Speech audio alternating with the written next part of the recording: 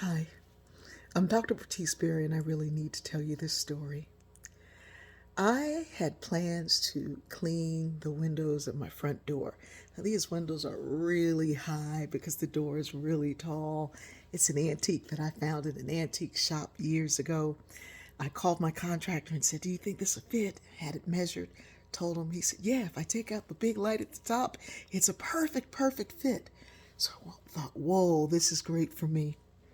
From throughout the year, though, we live in a lot of trees, and the bugs kind of get around it, and the marsh when it's windy, and we had a big storm, and so there was all kinds of stuff around the windows, on the door and on the windows.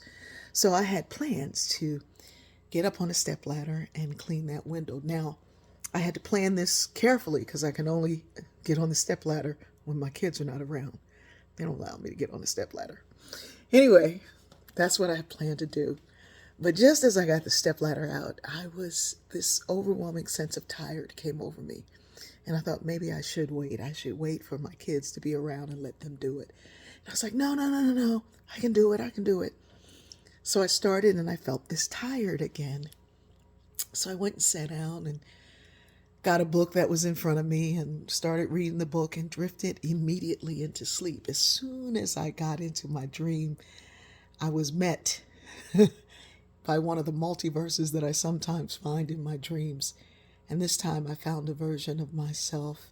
It turns out that the multiverse that they put in the movies and the comic books, where you can't see any version of your own self, is they just playing us.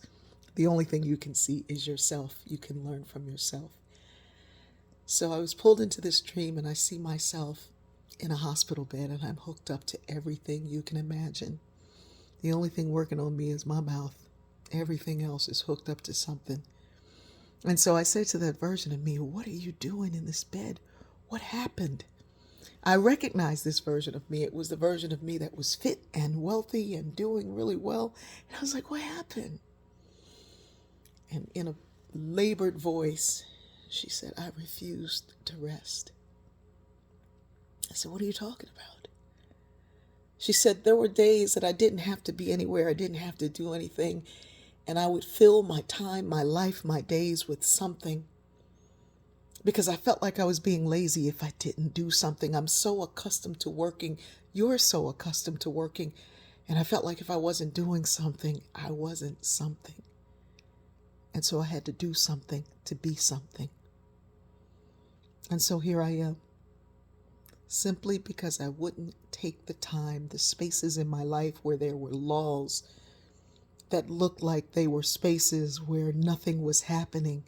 But something is always happening because whatever you planted, even when you cannot see it, it is growing.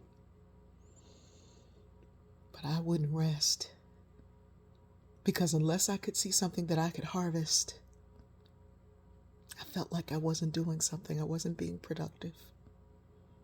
I wouldn't rest.